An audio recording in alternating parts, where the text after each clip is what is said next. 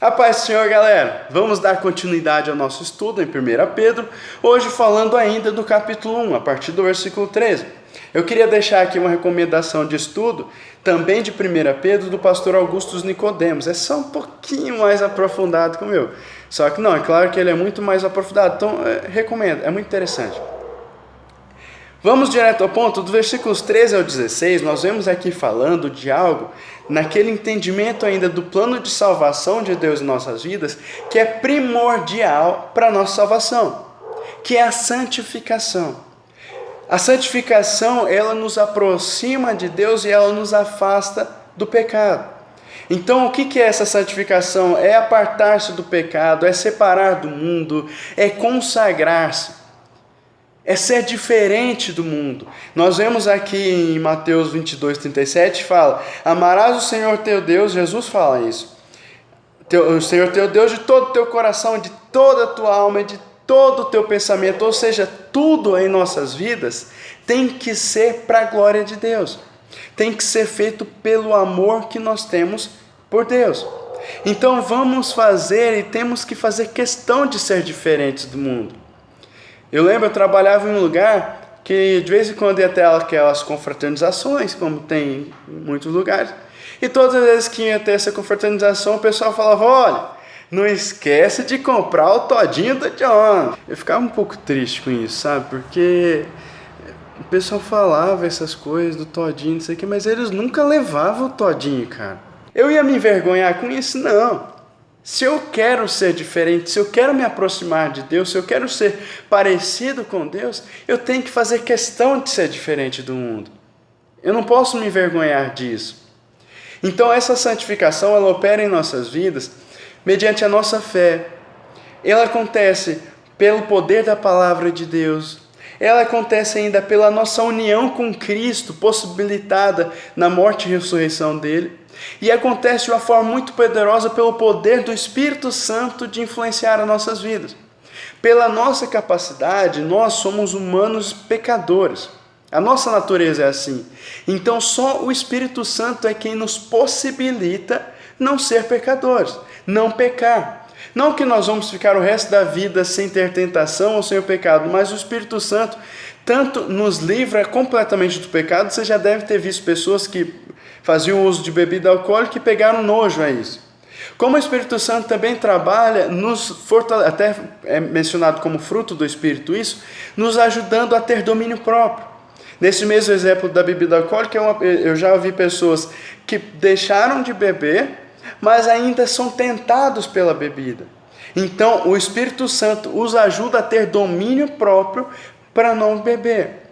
Então, o Espírito Santo trabalha de uma forma muito direta na santificação, mas nós temos que deixar o Espírito Santo trabalhar em nossas vidas. E ainda nesse ponto, só que para finalizar, o processo de santificação, ele é vitalício em nossas vidas. Como eu já falei, a nossa natureza é carnal, ela é pecadora. Então, diariamente, nós temos que mortificar esses desejos em nossas vidas. O versículo 17 fala: e se invocais por Pai aquele que, sem acepção de pessoas, julga segundo a obra de cada um, andai em temor durante o tempo da vossa peregrinação. Aqui, se eu pudesse trazer para a nossa linguagem de hoje, o que Pedro quer dizer basicamente é o seguinte: se você se declara cristão, você tem que se portar com respeito diante de Deus. É mais ou menos falar assim: aqui não é casa da mãe Joana, não. Se você quer ser filho de Deus, então trate a Deus como seu pai, com o respeito que é devido. Os versículos 18 e 19 falam: sabendo que não foi com coisas corruptíveis como prata ou ouro que fostes resgatados da vossa vã maneira de viver, que por tradição recebestes dos vossos pais, mas com o precioso sangue de Cristo, como de um cordeiro imaculado e incontaminado. O que nós temos a entender aqui? Quando fala resgatados, é porque é um termo que era utilizado na época da escravidão para quando alguém pagava o preço de um escravo para torná-lo livre.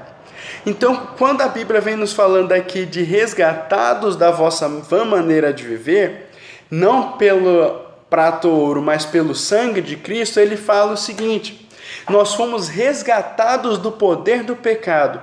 Nós fomos resgatados do mundo. Deus nos deu a possibilidade de ter salvação e vida eterna pelo poder da morte e ressurreição de Cristo, pelo sangue purificador de Jesus. Você imagina a importância disso na sua vida? A importância que Deus dá para a sua vida, que Ele entregou um filho para poder te resgatar desse mundo. Então vamos valorizar isso. Nossa salvação foi comprada por um preço muito alto. Nós temos que valorizar a nossa salvação. O versículo 22 fala: purificando as vossas almas pelo Espírito na obediência à verdade, para o amor fraternal não fingido. Amai-vos ardentemente uns aos outros, com um coração puro. Aqui o primeiro ponto que eu quero falar a respeito desse amor é não fingido, ou seja, não adianta nada eu chegar para a pessoa, te amo, você tal. Aí chega por trás, só fala mal, só faz o mal para a pessoa. Não fingido. O amor que aqui fala, eu gosto bastante de falar a respeito do amor. O amor é lindo.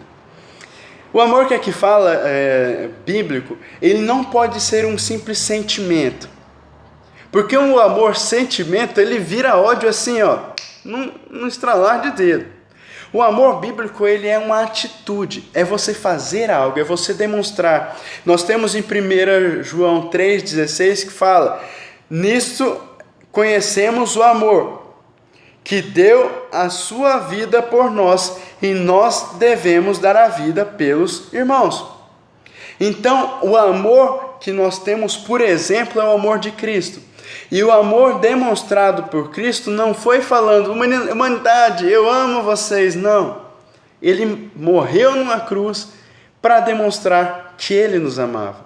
Então é esse o exemplo que nós temos que ter, fazer coisas demonstrando que nós amamos as pessoas, mesmo que isso nos custe tempo, que isso nos custe dinheiro, que nos custe até saúde, quiçá até a vida. Mas vamos demonstrar amor, vamos amar. Vamos fazer o que Deus mandou que nós façamos. E por fim, nos versículos 24 e 25 fala: porque toda a carne é como a erva, e toda a glória do homem como a flor da erva. Secou-se a erva e caiu a sua flor, mas a palavra do Senhor permanece para sempre, e esta é a palavra que entre vós foi evangelizada. Aqui Pedro ele faz uma referência a um texto que nós temos no livro de Isaías 40, dos versículos 6 ao 8.